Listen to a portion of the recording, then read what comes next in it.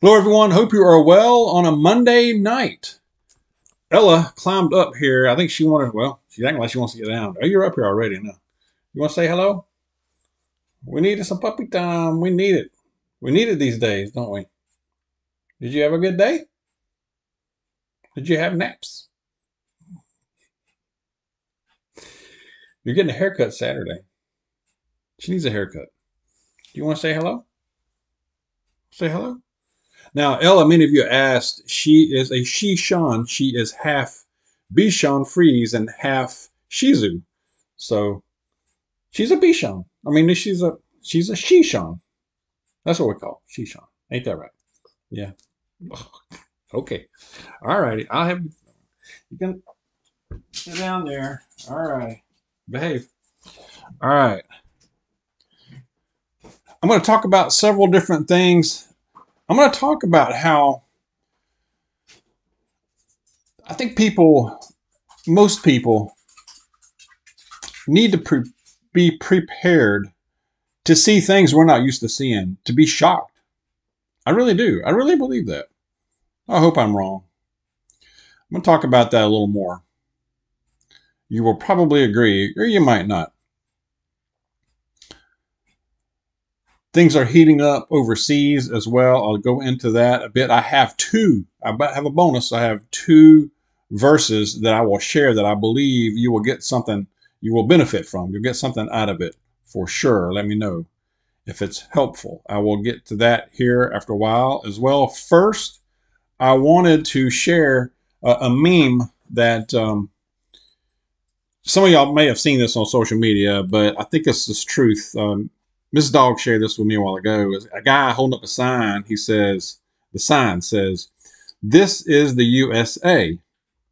There is no one coming to our rescue if things go sideways.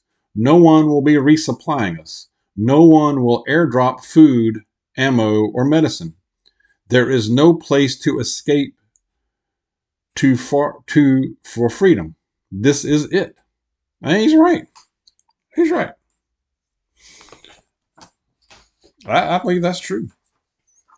That's reality. It kind of goes in with what I was going to talk about anyway. That I believe that most people feel, I think most people, even the ones who are not prepared or not prepping, have a feeling that things are off. Okay. Even if it's just going to the grocery store and being shocked by the prices. Okay.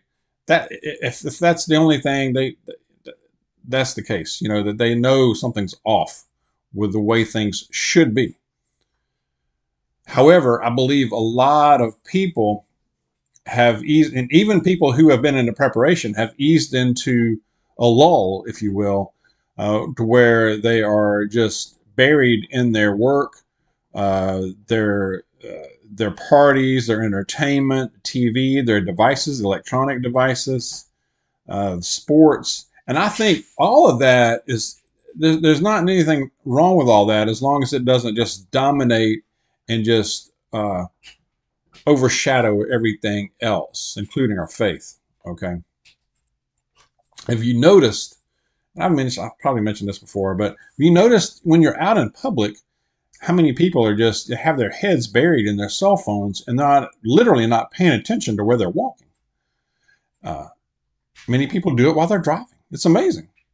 Now, I've been guilty at times of this mostly when I'm at work. I have to look at my cell phone a lot when I am at work and I work in the field.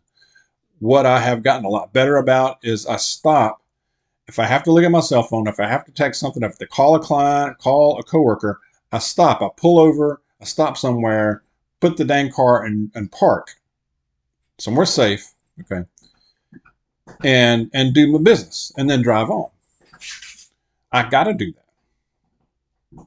But I see people, there are times I drive through or drive right along the main drag by the University of Georgia because I work in Athens.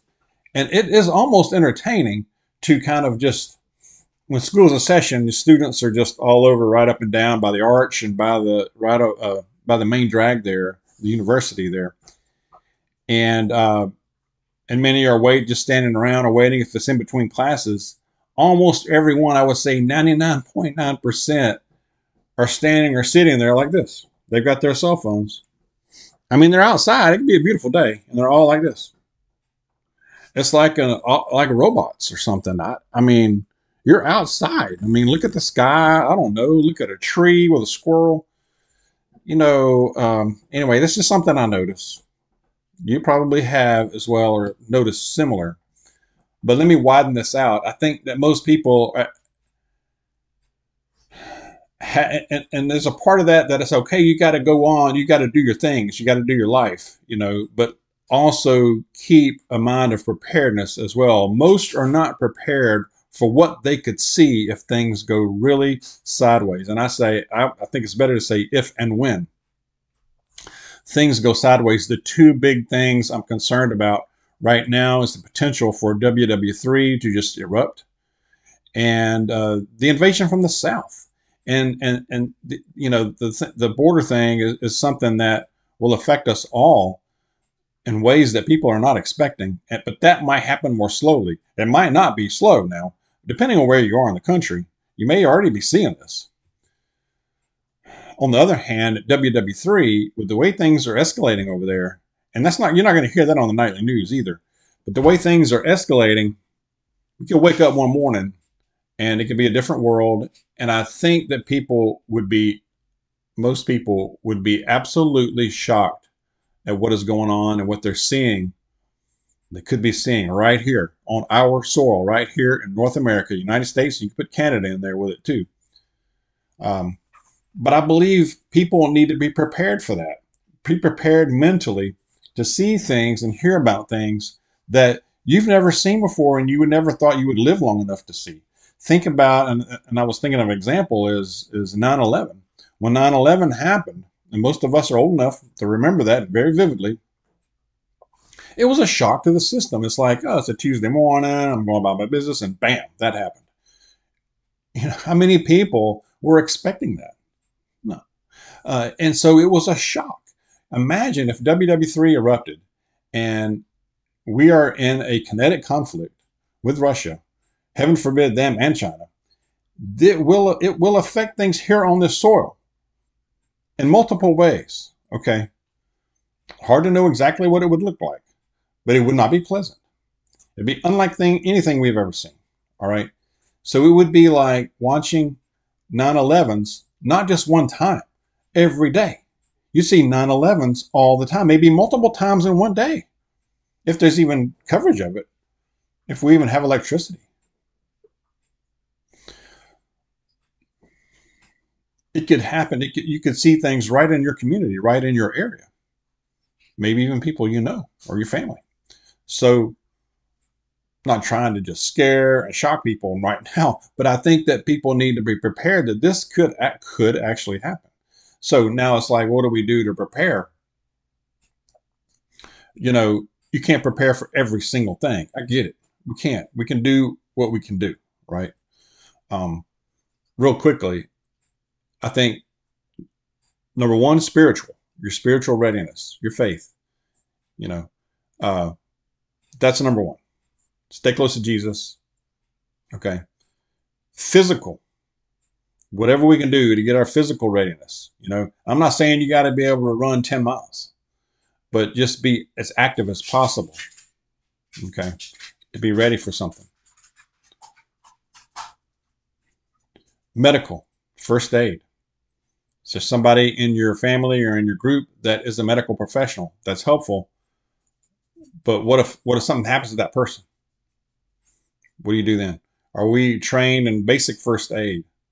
Just the basics, and then your provisions, your water, your food, your toiletries, clothes, you name it, your non-perishables, all the stuff we always talk about, your alternative heating, alternative energy, so there's your provisions, especially water and food.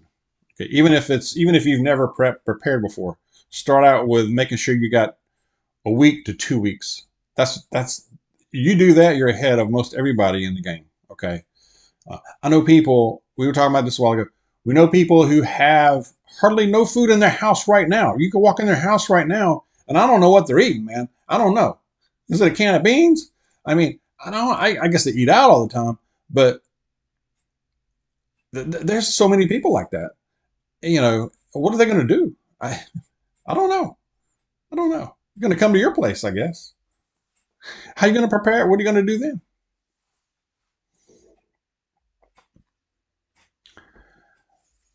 Overseas, things are getting very concerning, and I know people will tune out when you're talking about Russia and Ukraine. We've been talking about it for what 2 years now, whatever, or a year.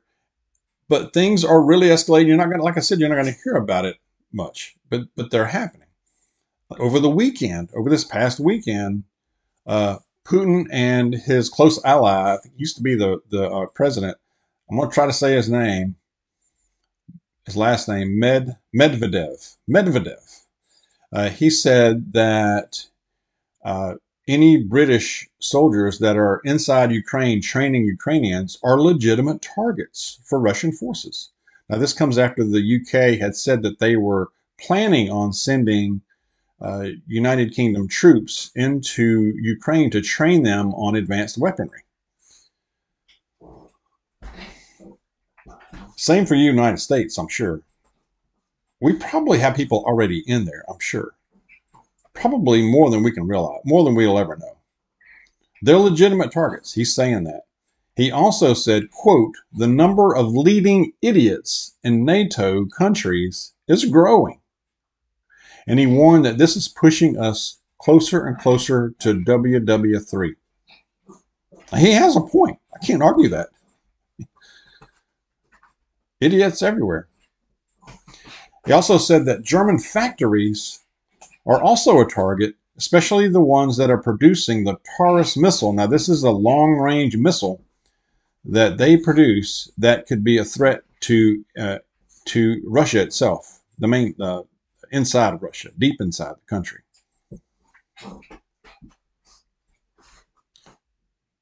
Russia is conducting a couple of different tests. They're conducting a test on this week on a nuclear-powered cruise missile with a range of 14,000 miles now. Not 14 miles, 14,000 miles. Y'all. A nuclear-tipped cruise missile. Tomorrow, they're also conducting a huge drill that will simulate their readiness and what they would do in the case of a massive nuclear attack by the West in the United States. Ironic that that's happening, weird, that that's happening the day before October 4th, which is when here in the United States, there will be a massive emergency broadcast alert test on all cell phones, radios, TVs. We talked about that before, but it's strange that those are happening back to back. Kosovo, Serbia tensions are rising. Serbia is massing troops and military equipment at the border, and this could be a flashpoint as well. They have a long history of the war there, so that's one of those areas that if things could, WW3 could easily start right there as well. There's a history of it. Goes way back. All right. So there's so many hotspots around, and I didn't not even mention Asia and all the hotspots there that could erupt at any moment. There's a lot of assets. There's a lot of naval forces that are getting together from both sides, the West, NATO, and Russia, in the Black Sea.